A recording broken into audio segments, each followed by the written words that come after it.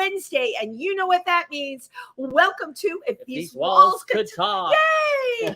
I'm one of your hosts, Wendy Stuart, And I am Tim Moss. Hi. It's so great to have you here with us today. Tim, how have you been? It's great to have him back. As you all know, I'm in person. He's been hither, zither, and yonder, right? I'm back in New York City for another week or two, and then Cool. I head out again. And we got to get him while he's here. You know, you got to hook him in. Yeah, I've been Rhode Island, Massachusetts, Chicago, Indiana.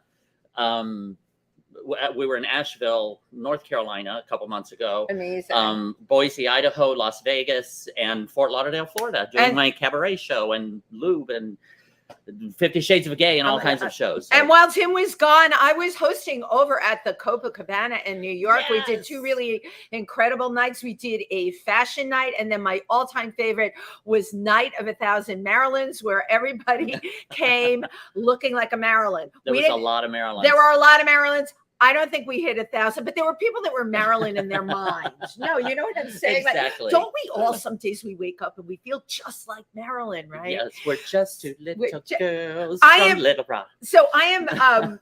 You know what I did on Sunday? Yes. I am in Pennsylvania some weekends, and I gave a fabulous party. I had 85 people, and I was able to do it indoor and outdoor, which made everybody feel okay. Mm-hmm. And it was just so much fun. People are definitely getting more relaxed. Fingers crossed that as we go into the fall, that numbers stay down. And it's just so great to be able to celebrate your friends and your life. Yes. And I put in a frog pond in the house this year. I had 13 frogs. I have a thing for frogs. Really? Yes, I have 13. Out back? I did. Nice, yeah. Nice. I have 11 koi, but I had 13 frogs that I could count. There is one that does have a crush on me. I know you're thinking I'm crazy, but no, he looks at me and he goes, rip, rip, rip. And I talk back to him. We kind of like, so we have this thing going. He could be your prince. Oh, and a shout out this Saturday, I'll be emceeing the Henna Q Dance Company's. Oh, I love Henna Q. I know you do. Yes, is there any chance you can come? Next weekend? It's this Saturday night. No, I can't this weekend. I'm performing in Apollonia Cruises. Right, it's the same day. Right, which I would have been there. The Bronx Academy of Arts and Dance. You're going to be at the Bronx Academy of Arts and Dance, and bless Apollonia Cruz for everything she does through the community. I will be in Pennsylvania. Hannah Q also. We love people that raise up their community. Absolutely. Hannah single-handedly built, well, with her amazing husband, Max, a stage in the woods, and has been not only entertaining us with her incredible dancers, and upcoming, I'll be talking about her show she's having right here in New York City at the Abrams Art Center. But she also serves delicious food, so you can come see a show, have dinner, and celebrate the beautiful world of dance and culture. Because culture is really what it's all about at the end of the day. That's what's going to bring everybody together. Absolutely. That's how I feel. And speaking of which, oh my God, this perfect segue. Well, you might wonder why we're so far away today. So far away. Because we've got two guests that are going to be joining us. We do. We like, and you know what? If you could see our little setup here, how we just squeeze everybody in front. It's very friendly. Because this is the magic world of streaming. You would think they would have, like, I don't know, an expandable eye. Oh my God, we'll make a fortune, Tim. We'll come up with it. We'll patent the expandable eye. But without further ado, I love saying that, we have two guests today. Liz Thompson, who is co-creator of this amazing Village Trip Festival, September 10th through the 24th. They've got lecturers, they've got speakers, they've got musical performances, they've got walking tours. And of course, you can't talk about New York without speaking about our featured historian of New York, Robert Snyder. So please come on in. Welcome. Liz Thompson and Robert Snyder. Yep. So we just slide. We all we slide. It's very cozy here. All right. There we all are. Isn't this cute? Look where that's us. Yeah. Hi. It's great, right? Nice to be here. It's really great to be here. I'm over. Okay, are we all in? Perfect. Yes. Yay, everybody! Good. Everyone can see us clearly. Well, first of all, welcome. Very excited to have you here. Thank you. And also the festival starts this weekend, and you have Yep. taken time out to come and sit with It's us. We amazing. appreciate that very Well, much. it's very nice to be here talking about it. You were there last night, so you know we had Yes. a pre-launch. We had our first art show, and you came to the party. And that was it. What is the name of the gallery at St. John's the Historical Revelation Church? Gallery in St. John's in the Village, which is at Waverley and 11th. It was Revelation Gallery. I That's almost right, called it the Resurrection Gallery because it was in a Yes. church. I don't know. But the turnout was amazing. And one of the things I noticed that it was all like people from the village. It's the New Yorkers, the artists, the people that support the arts here. It was great. Yeah, I mean, Mark Kehoe, who curated it, Yes. I mean, it was essentially village artists.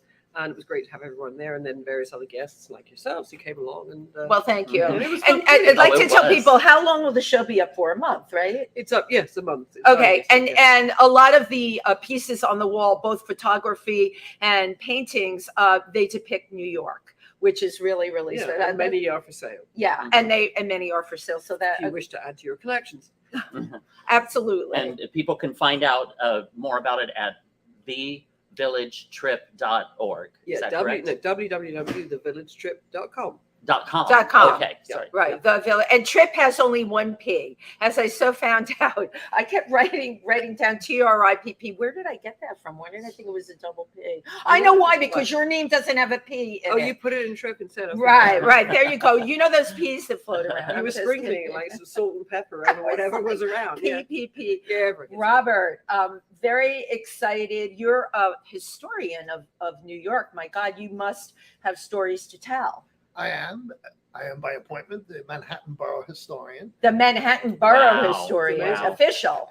and I have long been fascinated by the history of New York City, and I've really dedicated my career to writing and speaking with the general public about the history of our city and why it matters so much. Right, and why it matters so much. Well, So, New York City is it's so unique right. and so original, and there's Nothing no like place it. like it. That's why it's so fascinating. Yeah. Right. It is an interesting combination of the two of you because Robert, of course, is a native New Yorker by way of being born here, but then growing up in New Jersey. Liz is what I call a New Yorkophile. You fell in love with this. Yeah. You fell in love with this city and Joan Baez. Was that your? I did, yes. Yeah. I mean, when I grew up in North London, where I still live, unfortunately. I mean, I live in a very nice place, but I'd rather live in the village, you know. I just love. I love this. My sister gave me a baby guitar, first of all, and then a bigger guitar in the fag end of the 60s. And I was about 11, needed to learn to play it. And I found a Joan Baez record in her collection. And she had no memory of ever having bought it. So I put it on the turntable. And then we were quite easy, 3, 4, 5 chords. I could do that. So, and then of course I had to find another record to learn. You know, I was playing piano already. I had to find another record to learn more songs. So you're self-taught. Yeah, well, I went for guitar and singing so far as I sing. Self-taught. So I kind of read, you read all the, in those analog days. Do you remember? You read the sleeve notes and you went to the library. Yeah. You got another record and you get the book. And it Yeah. told you The sleeve so, notes. I went from Baez to Dylan to Judy Collins to Woody Guthrie. And then, I'd read Wow. something like, Dylan and Baez performed at the March on Washington. And I'm about any minute I'm going to be 65. Mhm.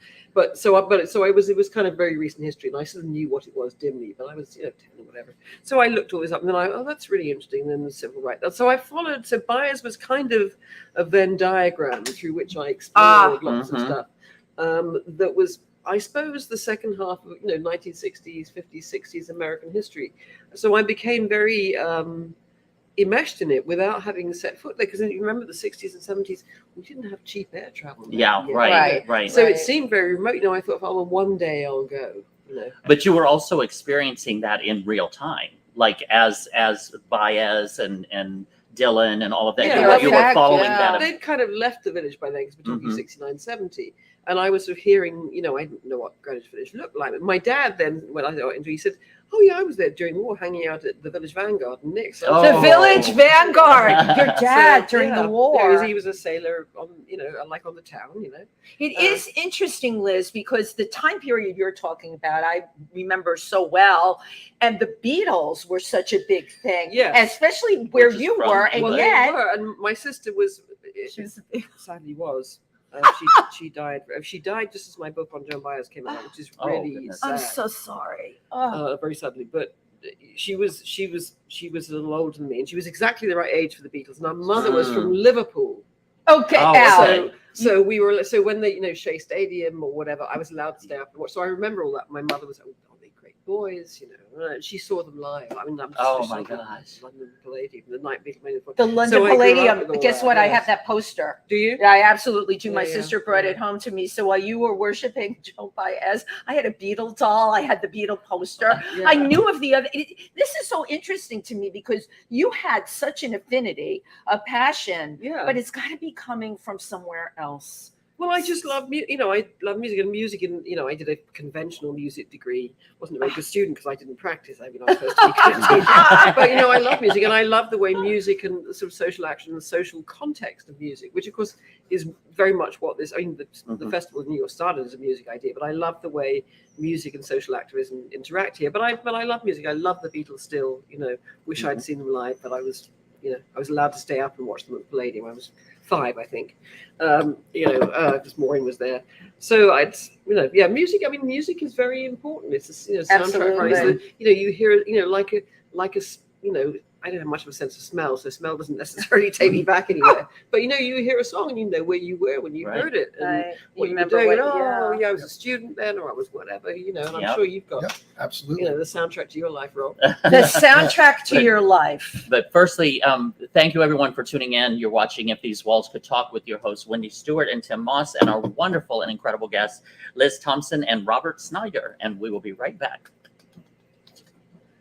Okay, so now that was our commercial break. Station identification. It's very quick. So, Robert, you grew up in New Jersey. I grew up in New Jersey, and like Liz, I fell in love with folk music at a very early age. It's the folk music. And there was not that much folk music in my hometown.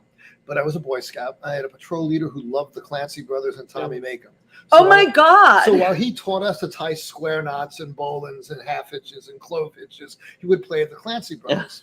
And then when I found out that the Clancy Brothers had started out playing in Greenwich Village and even living in Greenwich Village, that focused my attention on the neighborhood. About the same time, I got really into Bob Dylan. I started listening to Bob Dylan's albums when I found out that Dylan had started playing in the Village. That drew me to the neighborhood. And so by the time I was about 15 years old on, I was sneaking off to Greenwich Village, despite my parents' efforts to keep me in the suburbs. From New Jersey. They thought you'd be corrupted. Yeah, they wanted a yard for me. I wanted McDougal Street, And that's a T-shirt, by the way. We should be selling them during the festival, right? And then later on, when I grew up, I was in grad school at NYU in the 1980s, and I was drawn to NYU because it had a campus around Washington Square. It was like living on America's left bank. And in the middle of the 80s, I did another book. It was really my second book with a friend, Rebecca Zurier, about a whole generation of artists who came to New York City around 1900, 1910, and they painted scenes from everyday life. They were called the Ashcan artists. And they did a lot of paintings of Washington Square, Greenwich Village side streets. And I fell in love with their work. And Rebecca and I did a book in a Smithsonian exhibit about it. How amazing. Oh, Can you tell us paintings as Yeah. well. Can you tell us the name of the group again? They're the Ashcan artists. Ashcan artists. You know what? I know that's why I love doing this show. You just gave me something. I had no idea. So they were people that loved the Village as much as the two of you. Exactly. They started out in the newspaper and graphics industry in Philadelphia. They studied painting, and they figured out that they could make bigger reputations for themselves if they went to New York City. So they went to New York City and they turned fine art out of the everyday experiences of newspaper stories. So fires, crashes on the street, rooftop views, people flirting on the sidewalk. They made unforgettable Nobody paintings. was they were doing kind that. of like the Greenwich Village Rockwell. In a way, yeah. Oh my gosh. Where they would capture life. The slice of life in the Village. Grittier. And but John a little Sloan grittier. falls into that group, isn't he? John Sloan is absolutely central to that group. In fact, I've done lectures about Sloan, and what I love that's something is for to next year. walk around the neighborhood and see these places where John Sloan and his friends used to live. I always wonder, do the people in that building realize Right, who was there exactly. first? Exactly. Do you have any idea who lived here before you? And I love the John Sloan drawing I love is when they went up the arch. Was it 2020? Yes, yes. 1921, 22? Earlier than the that, arch in yeah, Washington yeah, Square and Park. Washington Yeah, Square, The People's Republic of New Washington Bohemia, Square. yeah. The new Bohemia. I would Yeah. secede from the Union, Yeah, and I yeah. bet they wish they did. Yeah, well, moments, I Well, think you so. know what, Yeah, Liz? yeah. The day's still young. It could happen. Yeah. Yeah, do Yeah, it with a yeah. It could happen with all in Yes, New York. maybe during the village trip. Yeah, The yeah, thing really. The thing I loved about this show on the Ashcan Artists that Rebecca and I did with our friend Virginia Mecklenburg at Smithsonian was that ordinary New Yorkers came to the show and they'd look at a painting of Cherry Street, Henry Street, Yeah. Hester Street, Washington Hester Square, and they'd Street. straighten up and sort of square their shoulders. You know, my uncle lived on Henry Street. You know, Yeah. or my Mhm. grandfather used to go to Washington Square. Yeah. And they realized then that they were part of something really big. Yeah. Right. Well, the amount of immigrants in my Exactly. grandparents were Yeah. part of the people that emigrated here in the 1900s. Yeah, yeah. And the amount of them and the tenements you mentioned, there were paintings last night at the gallery Yeah. of the tenements. The tenements unto themselves to me are completely fascinating because that was New York life. Okay. Yeah. Mhm. It was not upscale, not even by the slightest. And entire families would cram themselves into these railroad apartments. You know, I caught the last end of that when I moved to the village in 1980. Where did you live on the Thompson Street, 217 Thompson Oh, Street. wow. Wow. Nice. With a P. Yeah, with a P. And there were a lot of older As opposed Italian to without a ladies P. in the building. Yeah. Yeah. And around Yeah. 6 p.m., if I came home, they're all cooking these delicious sauces Oh, and things yeah. like that. Right. And it smelled so great to be But back. But they were all Italian. Yeah, That's yeah, the thing. It was really quite amazing, this whole area.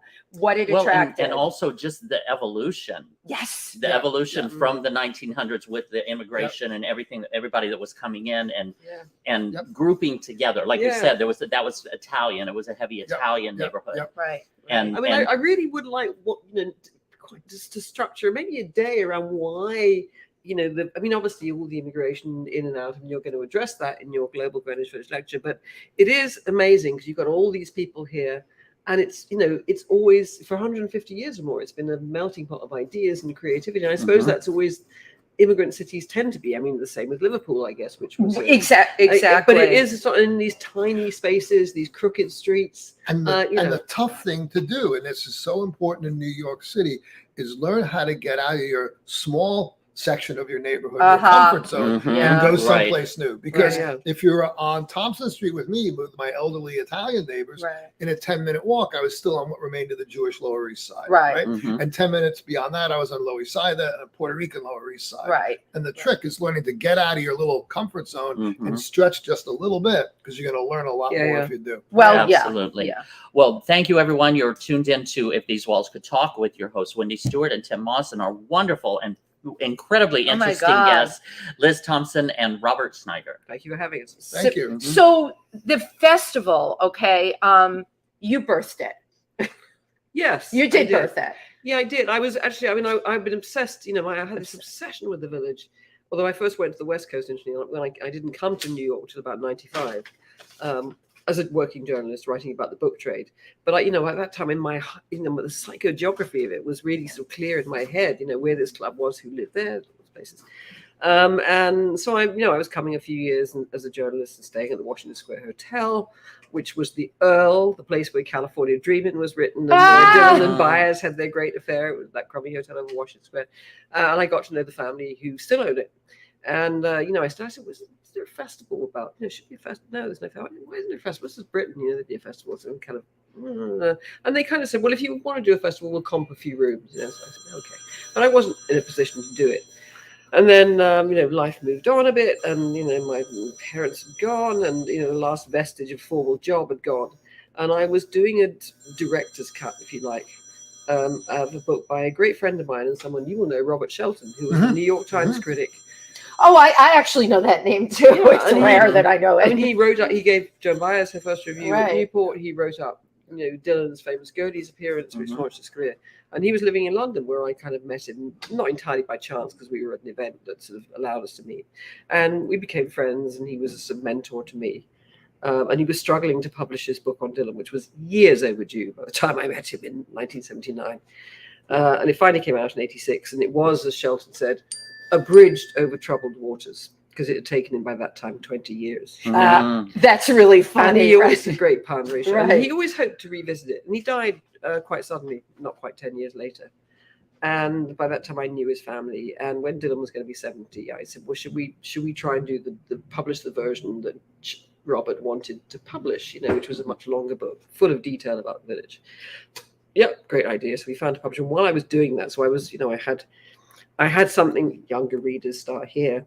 I had the carbon copy of the manuscript on my left. Remember those things you put? Yes. them When you down? had carbon paper, my And God. a scan of the published text on my computer, and I was going through and putting stuff back and finessing it all.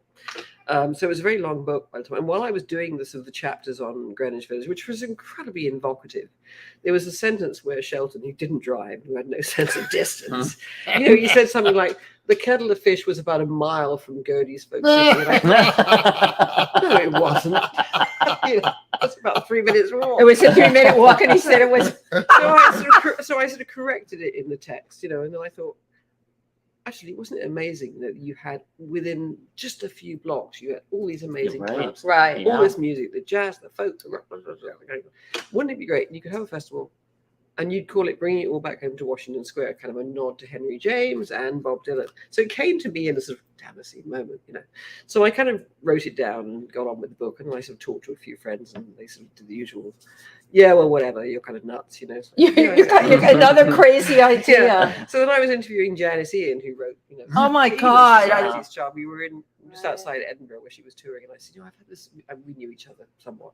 I said, I've had this kind of crazy idea for festival celebrating the village, and she said, "That's a great idea, but don't just do it once, make it annual." So I said, "Oh, okay." Yeah. I love the way everyone, it's like, it's so easy. First of all, and you're right. going, oh yeah, we'll have a festival. Janice Ian is like, oh yeah, go for it. What a really said, smashing "I'll play. great idea. I'll play." I mean, I still hope she Right. will one day. So anyway, so I kind of rewrote my outline again, and I kind of lodged it with a lawyer because I thought it was such a good idea. It'd be stolen immediately, and then I sort of came to New York and sort of started talking to people, and I realized it shouldn't just be about music; it should be about much more. So this, which makes this festival so yeah, interesting. so I went God. around talking to people, and people said, "Oh well, that's ambitious," And Janice gave me 2 very good bits of advice. She gave me a nice testimonial, which she said, "You have to have David Amram because he's so wonderful, and you have to have Doug Yeager, who's his manager, because he's so nice." And they both came on board. So a couple of years later, when I got everyone sort of teed up, no money, but everyone saying, "Yeah, okay, we'll support you if you do Right, X, but Y, no Z." money, no money. Oh, what a great idea. So Amram was playing Cornelia Street Cafe on Cornelia Street, which is now gone, sadly. The cafe, not the street. And so I went to hear him play, and I typed out and printed an actual letter, and I waited in line to give it to him after the show, which was quite long. And he was then 88 or something, So, and he chats to everyone, and I'm sort of back down the line. So eventually I get to him, "Mr. Amram, can I give you this? I want to start a festival in Greenwich Village, and I'll play." I didn't get to the end of my sentence. And I said, "But you don't know what it is. I'll play." So I said, "Well, I can pay wonderful. you. I'll play." Yeah. So I said, "Well, okay, that's very nice. Well, here's the letter, go and read it and kind of ring me, call me," or whatever you say. Anyway, by the time that was about 11 o'clock, he went out to dinner, drove the 60 miles back to Beacon. And by the time I awoke the next morning, he'd written me this long email saying, "This is great. This is what we'll do. I'll play my Greenwich Village portraits. Oh, We'll wow. get How fabulous, We'll read some Liz. Kerouac and so on." So I had this Right. a program, I had that bit of He had put together a basic program for you. Yeah. That is unbelievably pivoted. Yeah, it was it's amazing. amazing. People Oh, the Jefferson seem to Market, have yeah. just a deep, undying devotion Right. to Greenwich Village. Yeah. They do. People and who David experienced it. certainly does. Uh-huh. So then I said, "Well, let's make you artists in residence, and we'll put you in the Washington Square Hotel for Nice. what was the 3-day festival." Which you had already set up. I mean, Yeah. I'm saying this because the way the piece is, you could not have planned any of this. First of No. all, it's a very daft idea to think you're going to It is do a an crazy entire. idea across the But, country. no, but we're crazy. I'm not a trust fund baby. Right, I got that, but and Tim is also, we're into people that just come up with an idea and go for it, Mhm. because And you make know it what, happen. instinctively you knew you had to do it. It was the right thing. Yeah. The hotel was landed in your lap. You Yeah. had a place for people to stay. The same way you met David. It's Yeah. like, oh yeah, here's everything that you have to do. Come on. I mean, I'm We're gonna not a plan particularly that. brave or particularly foolhardy person. But I had this idea, and I sort of felt, I think it's a good idea. I really have to do it. And I thought, I don't have a go, I'll kind of go to my grave thinking, well, coulda, shoulda, woulda. And it was, and I should say that, you know, by that stage, you know, the kind of Judy and Mark who run the hotel now, you know, they kind of obviously thought she's going to lose her shirt much besides on this. But they said, okay, if you want to do this, we'll support you. You can stay in the hotel as our guest. We won't charge you, and you can entertain here, and we'll do some. And that's the Washington Square Hotel. A shout out also to the Washington Square It's Hotel. a great place, and it does have this amazing history. Full of history. Yeah. So I was able to start it tentatively, but of course I have spent a fortune, and I started thinking, well, I'll just spend £3,000 or £5,000, and of course. 5 times that. Yeah, and now the dollar's at 1.15 to the pound, so it's really So here we are, ka-ching, ka-ching, ka-ching, ka-ching. Well, you are watching If These Walls Could Talk with your hosts Wendy Stuart and Tim Moss, and our wonderful guests Liz Thompson and Robert Snyder. So this is a question that I don't have as much history knowledge that you do. But when I look at how New York was built, right? My grandparents were immigrants, as were many people.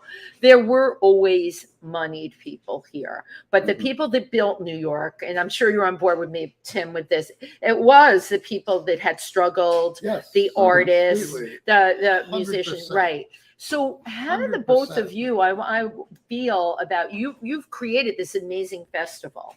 How do you think this is going to impact the New York that we're in now? Remember, when you went to NYU, it was that one little campus. Now it is $64,000 a year. When I went to NYU to get my PhD in American history, I had an apartment on Thompson Street that I shared with another guy. Right. 2 tiny bedrooms. Right. $500 a month.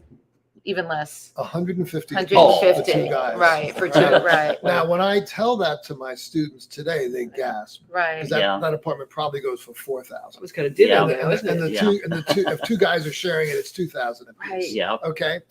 And I really think that's dangerous for New York City. I agree. Because New York City is made by people who come here from somewhere else to start their lives over again and make a new beginning. And it may be difficult, but it's manageable. You can figure out a way to do it. Yeah. Nowadays, I don't know how people can do it. If you can find a place to live for a reasonable cost, you can then pursue a passion or a dream or an unusual Well, job. and you could used to be able to work a million jobs. I had a gazillion jobs when I came here after college. That is not the case anymore because they still can't pay their rent. You have that. You've got the development. I mean, this area, right where we are here, PANGEA, historical building that has hosted amazing people, right? In the music world.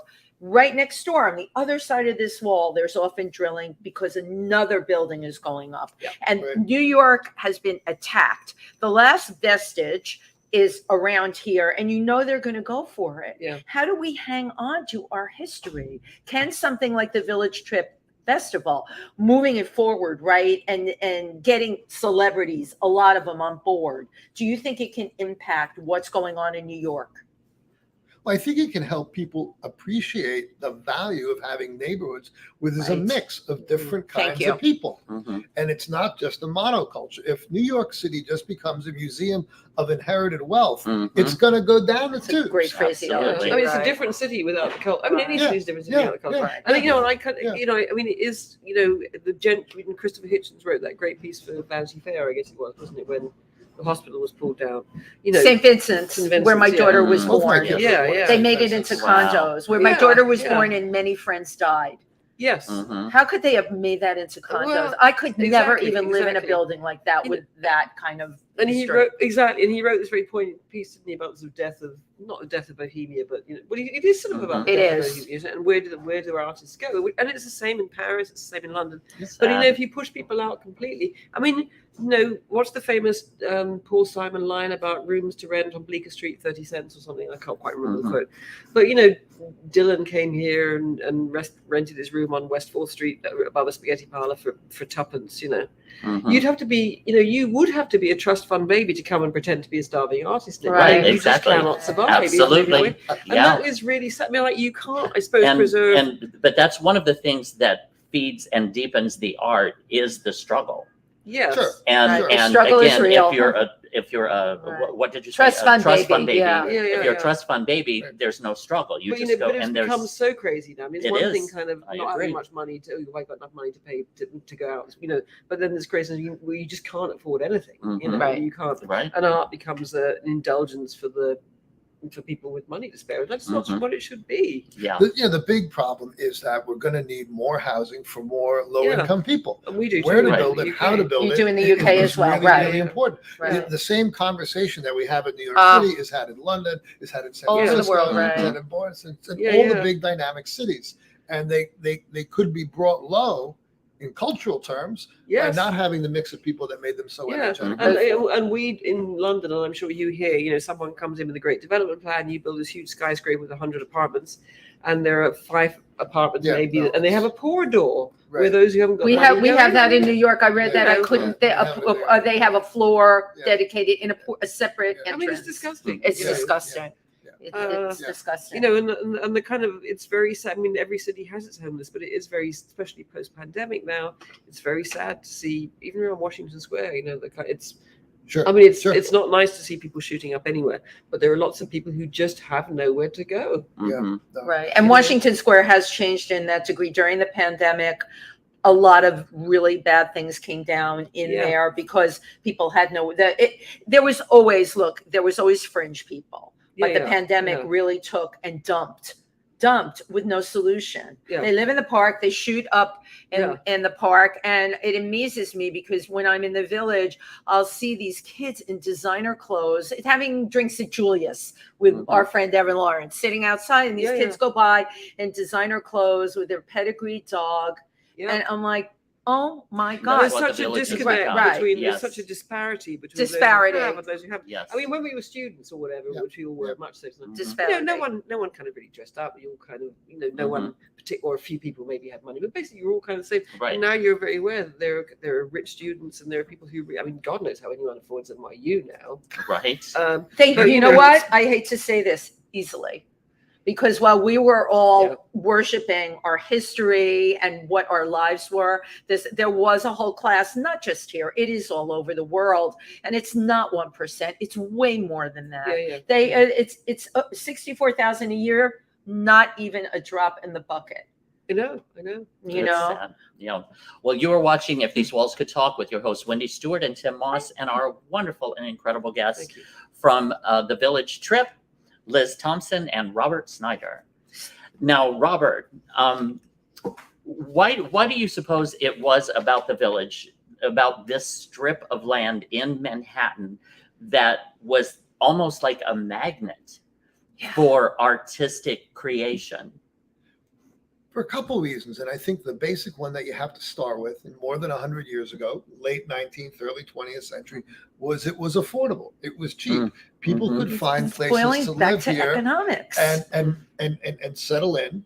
And it became a magnet for all kinds of people. It became a magnet for immigrants. There were Italian people moving in on Thompson Street and other parts of what was northern Little Italy then. But then you had these ashcan artists and other guys like that. Right. John Reed, the journalist, came here too, and he settled in. And he had a great line. He said that by living where he did in the Village, he could see the whole world in a 15-minute walk from his apartment building. And that is the And truth. that was what attracted me to the neighborhood too. Mhm. That in a densely populated neighborhood like that, with so many nooks and crannies and so many different kinds of people, a walk on the block, around the block, introduced you to things you'd never seen before and thought Yeah. about before. And I like that. Yeah, And- I like that. absolutely. It's a I- diversity, and Donna Florio, who wrote "Growing Up Bank fabulous Street," memoir. right? Yeah, And I yeah. think Mhm. she, by way of Donna Introduced us. Florio, is how you guys got here. Indeed. I adore her. Grew up on Bank Street. Yeah. Her book is so incredible because Lou Reed, John and Yoko Ono. She goes right through all of these people that And the were. communists who were kind of And then the communists in the middle of this, downstairs. right? Yeah. We had And everything. everybody living together. Yeah, Yeah, and Donna yeah. grew up Yeah. in the middle of this cultural treasure to me. Mhm. Yeah, and her parents were at the Met. Or Yeah, and her or parents originally say there were opera at people, the, like Amato Company on Bleecker Street. right. No, I mean, it's extraordinary. And all that's still here. Actually, I was just going to say, you just mentioned John Reed. That opening scene of Reds, which nobody ever watches now, because I'd love to do the whole thing and have Warren Beatty come and talk about it. But they, that opening scene where they all, there's John, the people who John Reed, and Millay, and Eugene, they're all, and all those people. I mean, that's Eugene O'Neill. Provincetown Playhouse, Edison. They were all Emma there. Goldman, They were Emma Goldman. There they all were. These great, activists and artists. Yes. All together in that opening scene. In a way, kind of sums up the village at that time. The key thing I learned when I moved to the village was that everybody thought it was better 20 years ago. So if I arrived in 1980, it should have been here in the 60s. Yeah, in the 60s, I'm sure people were, in the 2000s, the 40s, the almanac singers were here with Pete Seeger and Woody Guthrie. But in the 40s, people would have said the 20s, and a little before that, you would have had John Reed. Very funny. And in the 2000s, they're saying, "Oh my God, you should have been here in the 80s." Right. And of course, it's amazing when I sit down with David Amram, which I've heard so many stories now. But the woman, actually, I stay with the mum of the hotel, who's an amazing 95 Rita. That's a 95-year-old you were talking about. That's right. So I brought her to dinner with Cliff, who you've interviewed, and David Amram and Doug last year. And immediately, Rita said, "Well, did you know Alice Neal?" And David said, "Yes, I knew Alice Neal." And then he's talking about, he was hanging out at the Cedar Tavern with Jackson Pollock, and Kerouac was there, and so and so. And it's like going into that movie Zelig. There was David with all these people just hanging out, and he said we all had second jobs, in the post office or bartending or whatever, and all these people not yet known, right? Down there, I mean, and that was when normal, you look back at it, right? Jackson Pollock and Kerouac, all in the same group. I mean, right? And they all work two jobs. What in New York? And the amazing thing about having David as artist emeritus, as he now is, is that he and Jack Kerouac brought poetry and jazz to New York. At the 5 spot in the a gallery here in East Village whose name escapes you. I'm having a senior moment, sorry. But and they were playing at the Figaro, before On the Cafe Road Figaro. Before On the Road was published, and then everyone kind of just put on their berets and their dark glasses and their striped t-shirts, and they came in, and Kerouac left, kind of tragically, and did what he did. But it's amazing that there are still those connections, and it is important. I think history. I mean, it seems to me that in our country, and I'm sure yours, lots of people don't know anything about history, including our leaders. Remember, David Cameron came here and did an interview on Letterman, and he clearly didn't understand that America didn't come in World War II until 1945. This is the most expensive education you can have, and he doesn't know about Pearl That's Harbor. real. That's funny. But people don't in general know, and you want people to realize that on this corner here, this happened, and actually John Reed, who wrote this amazing book 10 Days That Shook the World, New So and So, and that limited. It's the kind of the cross hatching of all these.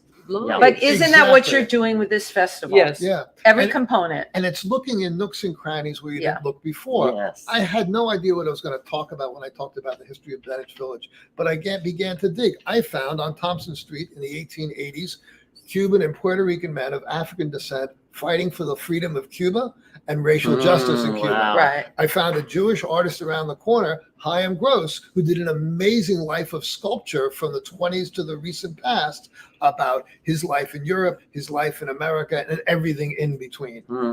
I all learned about this, even though I'd lived on that block for 10 years. I knew none of it. Wow. It's in writing this lecture that I learned about. I mean, Greenwich is like a giant onion, isn't it? Yeah. Kind of An onion that comes out, that you just keep peeling. It's really and the really actually just this not germane to what you're saying. It's fun. It's very funny serendipity and all this, and there's been lots of it. A neighbour of mine back in Muswell Hill, North London. I was at a Labour Party Christmas drinks. What are you doing? So I said, I've got this kind of crazy idea for. And he said, I ought to put you in touch with my friend Rob Snyder. Oh my gosh, Alan Morton. Sure. Yeah. And then I was on the A train going up to the Million Women March in January of 2017 when I was here, just starting all this, and I got chatting to this guy next to me because his placard, and it was Mark Kehoe, who's an artist, so we exchanged cards. I love that. I was doing this Gentleman crazy from festival. Westland. One day we're going to work together, and then here we are. He's curated. So all this stuff just comes together. Yes, everything is I love possible how in the village. absolutely, and I love how organic. Yeah. it And last happens. year on the bandstand in Washington Square Park, when everyone had finished dancing to Bobby Sanabria, there was Jamie Bernstein, the maestro's daughter, the maestro for whom, of course, David Leonard Amram Bernstein's worked. daughter. Wow. And she led off the dancing. She'd been there all afternoon. And I said, I was introduced by Janice Siegel, the Manhattan Transfer, had been singing. And I said, wouldn't it be great? Could we do something on Wonderful Town, which is Bernstein's Greenwich Village musical? And she said, "Oh, be still, my beating heart." So I said, "Well, can we talk?" So we had a talk, and then we got together in January, and we're doing. Jamie is leading a walk of all the locations in the musical around Washington Square. And the interesting thing is that Comden, Betty Comden and Adolph Green, who wrote the book, came to brunch at what was then the Earl and then the Washington Square Hotel. Bernstein lived down there. So she's doing the walk, and then Janice Siegel and Jamie's involved as well. We're having a cabaret of songs from Wonderful Town in the hotel. And they've been so nice. These big name artists who said, "Yeah, we'll do it. We'll come and play." That's what I mean. It is what Tim said, for the village. Organic and incredible. serendipitous in many absolutely. ways. So fantastic, Well, you are watching If These Walls Could Talk with your hosts, Wendy Stuart and Tim Moss, our wonderful guests, Liz Thompson and Robert Snyder. I want to get into the nuts and bolts of the festivals, because 2 weeks, 3 weekends, 85 events, 200 musicians, 37 performances, 43 walking tours, 5 topical talk lectures, panel discussions, and 50 artists. And may I tell you, it's all free. It's not all free. We are charging with stuff, but a lot of it's free. A lot of it is free. I was a bit tired, actually, Cliff, and that explains it. Right. She kind of summed it up. But it is really, it's incredible. Well, it's kind of grown like Topsy from 3.5 days and sort of half a dozen events. And we did 9 days last year. And this year it's actually 25th September is the last day. So it's full 15 days. And some of the walks and talks we've actually created, like Wonderful Town. Others we've kind of gone to people and they've kind of come up with stuff. Like your colleague Kathleen Hulser, who you recommended to me. There's this wonderful walk about Boho, the Mad Rat and Boho. So we have created a lot of stuff out of our heads. And then, it's, well, we need this and let's go and find. So, and we've tried to make it family friendly. Kathleen came up with this phrase. It was Kathleen, not you, I think. High-mindedness and hijinks. Hijinks and high Wait, ideals. high-mindedness. Hijinks and high ideals. Yeah, I like that. So what people have things to think about and to learn stuff, but also have great fun, because that's what the village is. It's always had that combination of complete nuttiness. Well, and just an open-mindedness. Yes. That's the thing. That's the thing I've always appreciated about the village. Yeah. And so, I think you think about the families that are still raising their kids here, right? And there are a lot of them.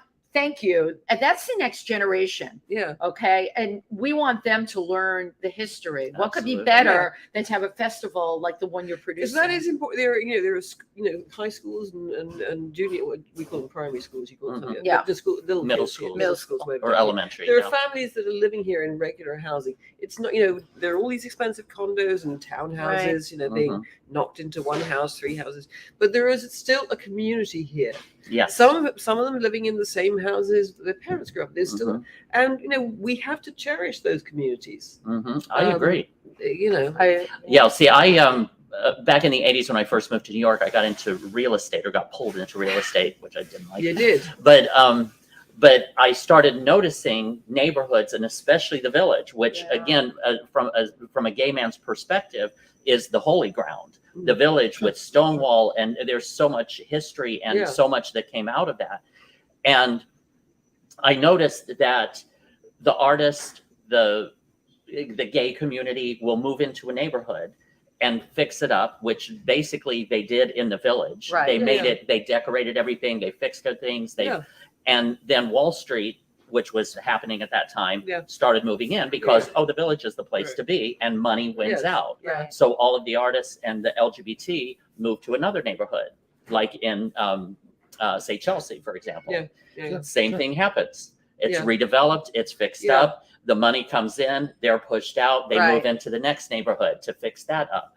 And I'm seeing all of this happening. I've seen it for decades, and it's horrifying. But I am so grateful for you, for what the two of you are doing in preserving the history of these amazing I just feel like areas. A pushy Brit coming in and posting Oh my gosh! But maybe people from the outside, you see it differently. But just as people come to London, they say, "Oh, it's nice." Yeah, I guess. It's always been. You are passionate, and I do feel passionate about and preserving it. And you just mentioned Stonewall, which was everyone around the world, right? But in fact, in the late 1800s.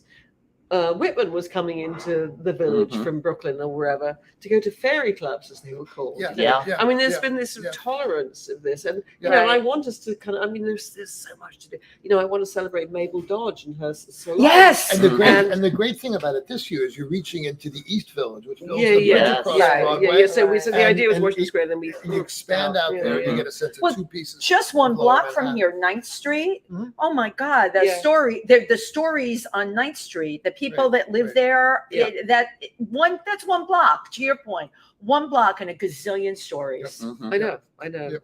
and it is astonishing. It is absolutely. I find it. Now, can you give all the information about the festival, where they can reach you, and when, and the dates? Okay, I guess www.thevillagetrip.com.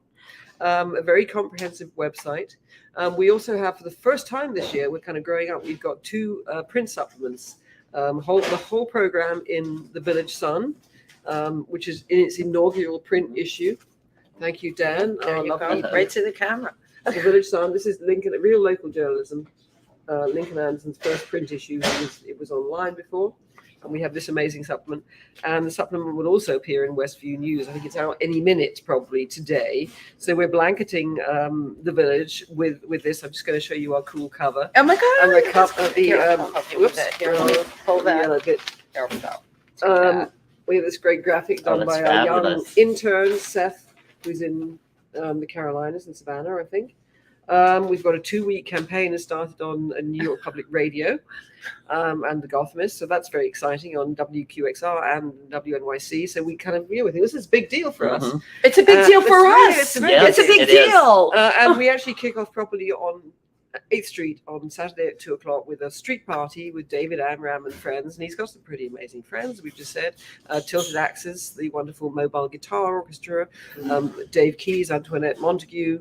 And we're working with the Village Alliance, who is the neighborhood grouping business bid, as you know, and kindly sponsored by Con Ed. So we got an amazing Con Ed sponsored it. Yeah, there's a bit of Con Ed. See, they do good And stuff it's too. not just me. We've got animal adoption. There's Great. I love giant it. games for kids.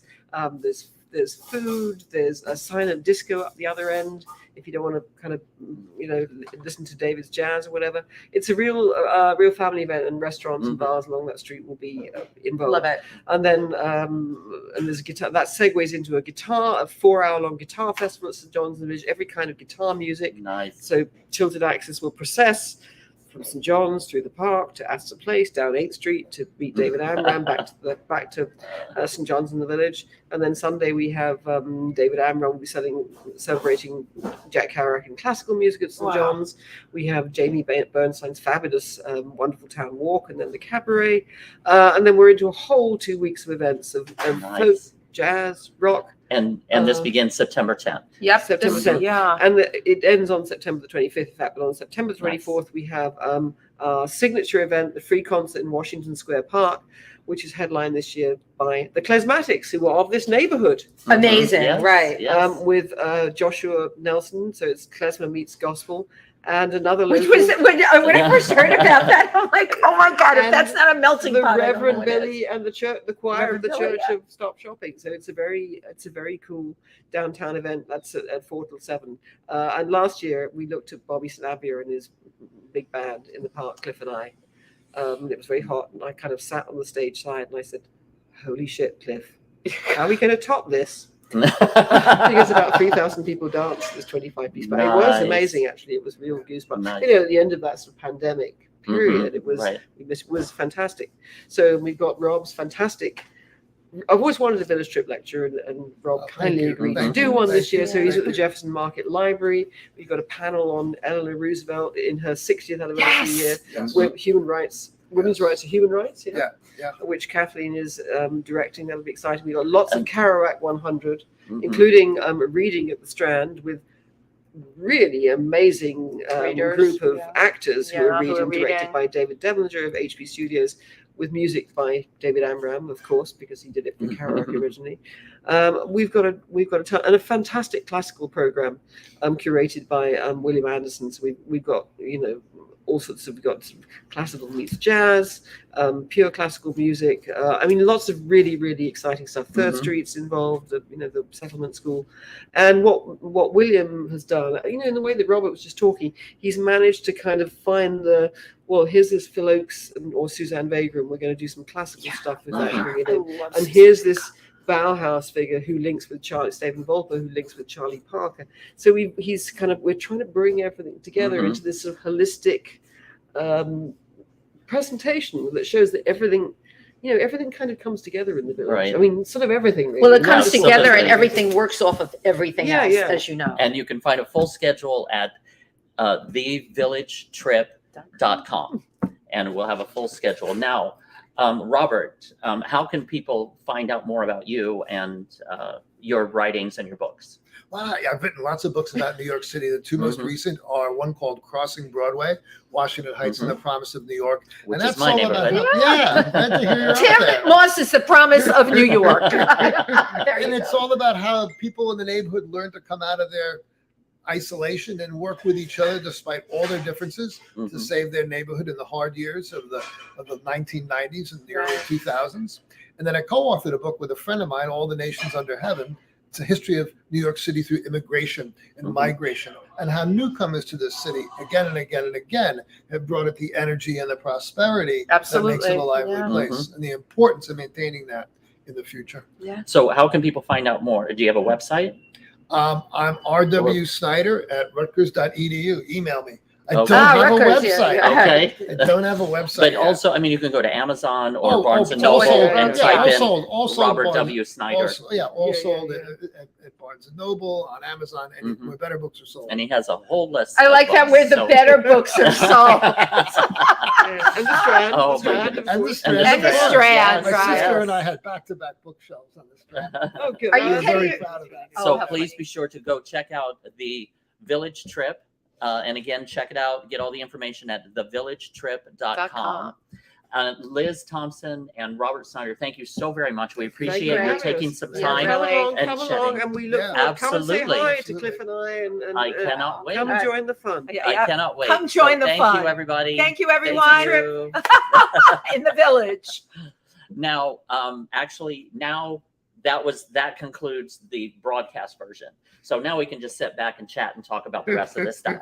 So, because I've got so many questions Of for you course, about being a Sure. New York City historian. Yeah. Yeah. So do you specialize in Manhattan or all 5 boroughs? You know, or? I'm a Manhattan borough historian. I was appointed by Gail Brewer when she, Oh, Gail. when she was Yeah. the borough president, and then I'm still on with Eric? Levine as the Mark, yeah. Levine as Mark, the yeah. borough historian.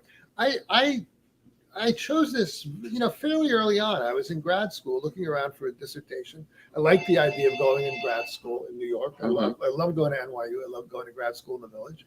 And my first book, which is really based on my dissertation, was about vaudeville theater. in Oh New my York God, City how in the cool. early 20th century. That would have been a fascinating time period as Yeah. well. Oh, right? That's if I could go back to one period in New It York would be City, vaudeville? well, not in vaudeville, but almost like that John Reed period. Yeah. Just before World War I, when Yes. it all goes to pot, right? Wow. Right. That is actually the one period I would Very like to special visit if I time. could. Well, also, If I I mean, could. again, just very open, very Yep. free, Yep. very, Yep. yeah, Yep. that No, would be interesting. you know, I did another book. I was an oral history of transit workers in New York City. Oh, wow. My grandfather was a transit worker. So that I was going to ask, what was the stories. interest there? You know, the interest was a freelance writer, and I needed a job, and they really Well, came your to grandfather- Yeah, exactly. You know, you had your grandfather And I to. sent them a chapter of my first book, and then talked Sweet. about my family connections. And then I worked at Newsday for a while. I was the researcher on a book called City of the World, done by a spectacular editor there, Bernie Bookbinder, about New York and immigration.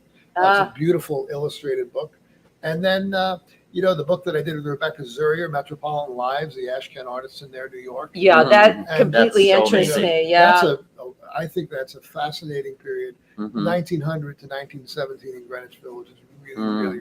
Well, the interesting. type of artwork, as Tim said, the Norman Rockwell of New York, and Yeah. catching that moment. Yeah. Had no idea to you. I'm definitely Googling that one. with a gritty edge to it. That's what. Yes, that's what it had to, right? It had New to. York. Yeah, that's why they called them the Ashcan artists, But right? and also just how life and living and buildings had evolved and changed over time with indoor plumbing and lighting and all of that, because New York was one of the first cities in the New World that to be established, was it not? Yeah, it's not as old as some other cities, but it's an old city. That's it's one of our oldest. It's got a lot of history, right? Its infrastructure is old. Its buildings are old. And that makes problems sometimes. Absolutely. Right? But it gives us a depth and a complexity that I think makes us a better city for it in the end. Right. Because we're constantly used to that Robert Moses would have just kind of sent the pile drivers through.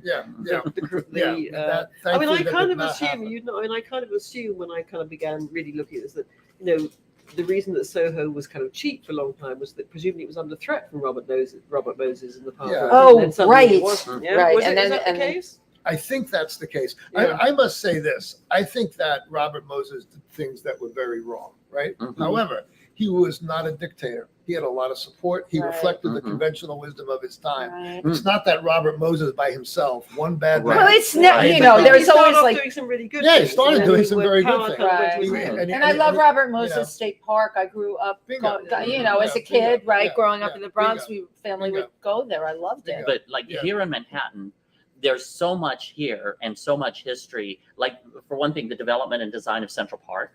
Oh my God! The Upper West Side, the Upper East all Side, the different neighborhoods. Midtown. Because so many people across the country, when they think of New York City, they think of Midtown, from 59th Street down to maybe 34th Street. And there's so much more. Harlem. And the Renaissance and everything, the history of Harlem, and again, Washington Heights. I remember actually being as much as I love the idea of New York, and I went to San Francisco first for whatever reason. I was invited. I was kind of somewhat intimidated by the idea of the city, all those movies, I suppose. And then I came, and then you realize actually people are incredibly friendly. It's a collection. It's a collection. It's a connection of villages. Exactly. And, I mean, people are incredibly nice. I mean, like anywhere you can get yourself into trouble, but people are really, I mean, it's the most. And you've got good and bad everywhere. It's just here in New York. Here in New York, there's so many people wanting to live in the same place. They've ran out of space, so they've had to build up. So that there's more people per square inch in this town. It can be very intense, It totally can be, but isn't that what we love about it? But too, that's the energy? and that's what creates that. But it's amazing. I just love it. I mean, I think in another life, had I been a bit smarter when I was 18 or 21, I'd have kind of applied for a postgrad and tried to come here, and either I could have lived. You could have done it that way, right? But I didn't really know how to do that. Right? But maybe you were here in another life. Yeah, maybe I was here in another life. But I love and you kind of read about the stuff that was going to go back. I mean, maybe we need to celebrate the Emmas one time. Emma Goldman, and Emma Lazarus, and all those people. I call them the Emmas. Emmas.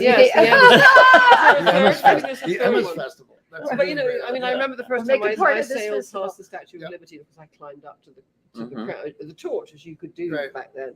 And I still cry. It is amazing. Give to me your Oh, it's still overwhelming to me when I go like on the Staten Island ferry or something.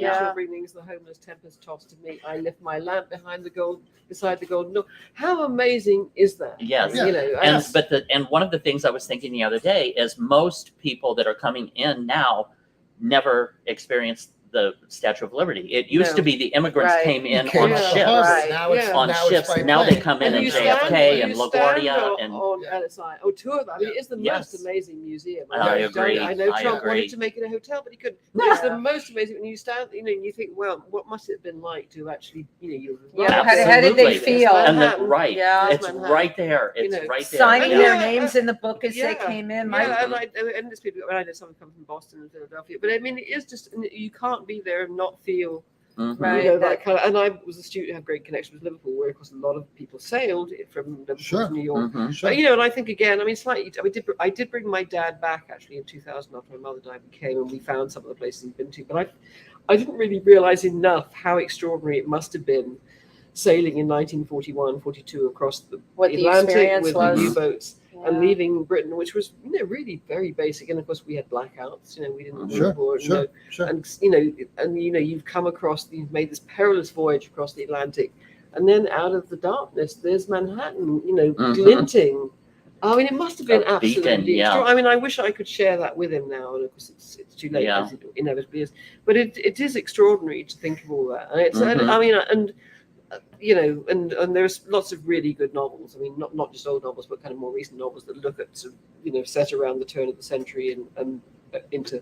It's extraordinary. It's Yeah. just extraordinary. Liz, And you the could- thing is- yeah, I wanted to just ask about Square Roots production. You connect Mhm. folk music from the UK with folk music here. Yeah, I mean, I was very passionate, as Rob was, about kind of the folk revival. This is a you know, through my- non-for-profit. Yeah, and I sort of started. I was kind of a very kind lawyer friend of mine said, you know, why didn't you start Another friend thing. Why don't you, if you want to give you this idea, I'll help you set up a charity here, and you could you know, celebrate things, and then you can be a sort of jumping off point. And in fact, we did do something at the Albany State Library in 2017, celebrating Jean Ritchie, whose archive is up. So it provided a sort of a way in.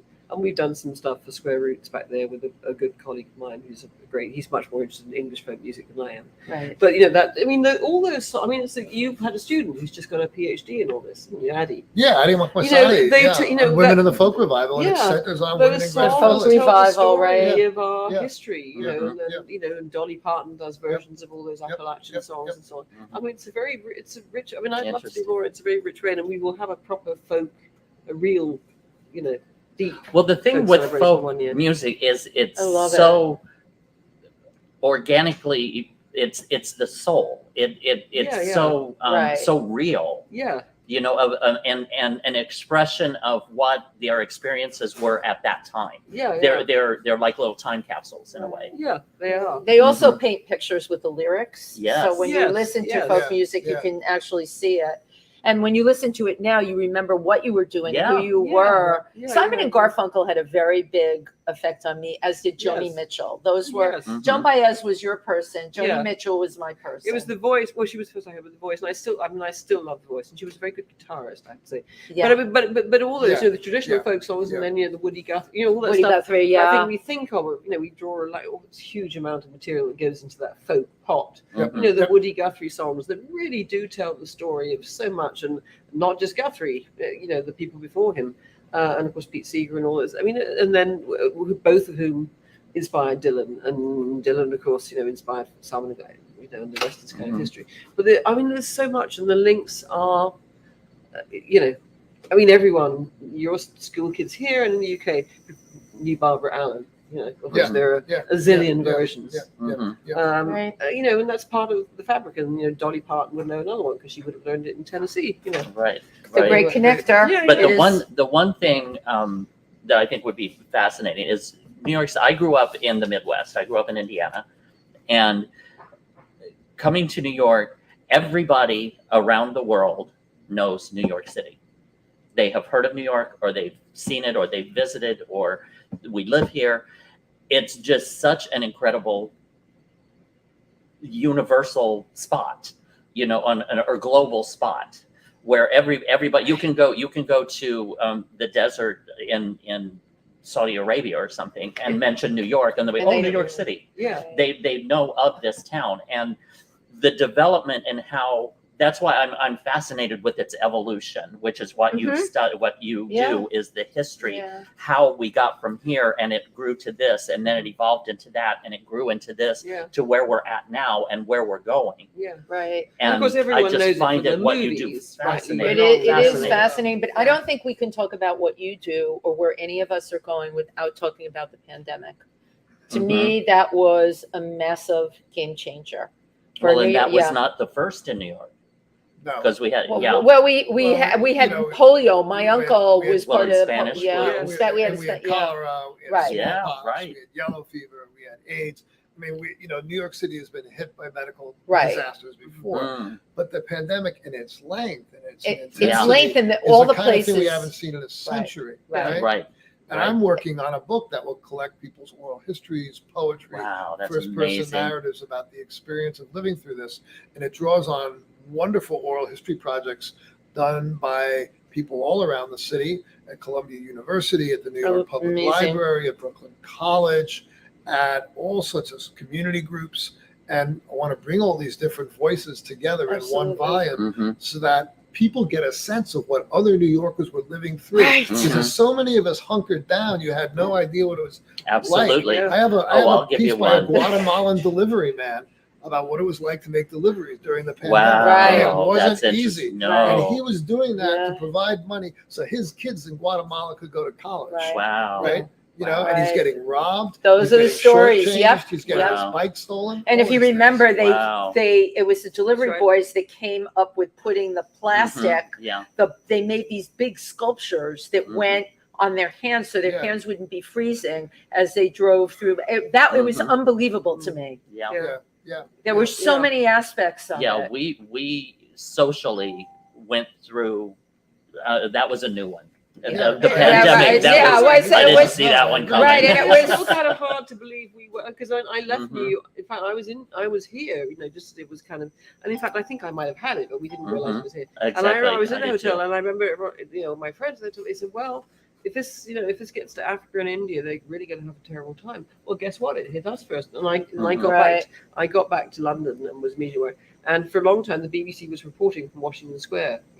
Mhm. That was their base, which made it Mhm. particularly pointed. And but of course, I suppose Manhattan's a giant liner, really, isn't it? Well, and and- you couldn't, people. I know a lot of people left the city, but I know a lot of people who absolutely just. I stayed would- there. I would Like say- in- And one like thing- in and They had one- nowhere to go London. to. And Yeah, one exactly. thing that is unique about New York is the closeness. Yes. Right. Is we are Yes. all side by Yeah, the side on liner the thing, subway, the on the liner bus, thing, on the And sidewalks. the people And who we're couldn't stay home outside, in both our outside. cities. Yeah. A lot of times they have houses with front yard and backyard Yeah. and garage where they Yeah. can get in their car and drive to where they want to Yeah, go. yeah. And they're not exposed to as many people in one day as what a New Yorker is. And that's the point about the liner thing. You are close together, and of course, as in the UK and every other city, Mhm. the delivery guys, the Yeah. supermarket Right. Yeah. checkouts, the obviously the medical workers who had no choice. I mean, they had to get through it. And of course, we were clapping for them. And now in the UK, Mhm. Right. yes, We- you can, is you what can we starve did on your here. high prices. Yeah. We're through that now. I couldn't leave. I got sick. They shut New York down March 12th. My whole family and myself were sick on the 16th from an event I had been to in the Village on March 11th. Mhm. And I couldn't, once I started feeling better, I couldn't leave New York. I have a place in Pennsylvania that I've had for years. Most of my friends that had that all went to their second places. I couldn't leave here. I felt, this is going to sound crazy, I felt like I would be a traitor. Mhm. Tim and I and a bunch of our actor Mhm. friends hung out. We We would get supported. together about once every 3 months Yeah. just to see each other. and- Right. Actually, with Tim, masks and- it was more frequent than that. All those dinners, I Oh, look yeah. back, I kept journals and Oh, everything. okay. We were getting together actually more than that and Okay, finding, yeah, we had yeah. a pod of We had friends, a yeah, that had all pod been of friends, tested and- But I felt if I left New York, I would be abandoning Yeah. what was here. And Mhm. I don't know, psychically, I felt I would Yeah. never get my momentum up again if I left it. I Yeah. did not leave here till June of 2020. I first went back to my house then. And it so was hugely I scary. couldn't do and it. Traumatic. Yeah. it was Yeah. traumatic. Yeah. And it really, going back to what we said earlier, it really emphasized the disparity. I mean, one of the first Yes. things they Right. said in Yes, the UK, absolutely. our Absolutely. Prime Minister, now gone, said, Yeah, right. he announced, he said, if you get it, make sure you use a separate bathroom. Well, hello. Right. Like, Most we- people, What, go down to the you may gas have a station in the guest- corner? That's separate. you may have a guest bathroom, but actually most places, and what about the kids who were sharing, Mhm. 6 of them sharing a small flat to pay the rent, Right. How are you supposed to, or families, certain families, everyone lives together. Yeah. Grandma, grandpa. I No, mean, this is why it was so hard. It was so immigrant hard. families, right? You Right. had Yeah. 2 and 3 Yeah. generations Yeah, yeah. under one roof, telling so you. they could afford to pay the rent, right. and they tend to be working in jobs where you had to be exposed to others. Yeah, Mhm. so you And that brought it brought the home. disease back home to Yeah, Right. it was Mhm. terrifying. Right. It was terrifying. Well, it is amazing to me that with everything that came down the pike, here we are this year. You've got this festival from the September 10th to September 25th. You made it happen. Thank you you. did. We did. Yes. You made it yeah. happen. And it's really about moving ahead and doing Yeah. your thing no And matter what. I really hope that we've established this for the long term. It's not a vanity project. I really hope we've established it for the long term. It Right. will indeed happen year after year after year. I'm very so thrilled and sort of flattered that people like Robert have come aboard and Yes. given very generously of their ideas and time. I mean, people are getting paid to do stuff. No one's getting paid a fortune, Mhm. but we're, it all, it costs money. But we all gotta of that raise money. input helps Yeah. Right, Tim. to develop the concept and keep it moving and changing and growing. But we want people to be involved. We want people like it, so please support it and come along. Support it by coming along. Support it by giving a bit of money if you can. Because there's a lot to celebrate here. Absolutely. And, we haven't even begun yet. Yes, you're just scratching the surface. Yeah. Only just And, begun. you Only can- just begun. Their key song. Yeah. Right. And you can find out more by going to thevillagetrip.com. Yes. Yeah. So, Robert Snyder and Liz Thompson, thank you so Thank you very very much much. and for taking the time Everyone gets it to sit down and Well, share thank you this, for having because us. we It was want to great fun. let people know about it and let people know about what you're doing and just how important history is. It really is that people study Gotta keep and it learn going. about their history. So Right. thank you very much, There's that both great- of you, for what you're contributing. There's that great line in Alan Bennett's play, The History. Am I allowed to swear on this program? Hell Yes, yeah. Hell yeah. There's that great line Swear. in Alan Bennett, who's a great English writer, played the History Boys, and one of the kids he's teaching said, history is just one fucking thing after another. Yeah, exactly. Well, yeah, it is, and in many ways it repeats itself. Okay, Yeah. but there's Sometimes always it's like just fast. a new little thing that happens. It just throws you for a loop. But thank you for doing what you're doing to preserve Absolutely. history. Yes. And really, you're entertaining New York, and it's about, at the end of the day, entertaining and having something that everybody can go to and enjoy. Thank you so much for Thank you that. guys, Yes. and thank you, both. thank you, both. Rob, for being Thank you, part of our Liz. little adventure. Yes, Happy to be part of the the adventure. I can't wait. It's really a great adventure. Yeah. Absolutely. Thank you. Thank you, everybody. Thank you. See you.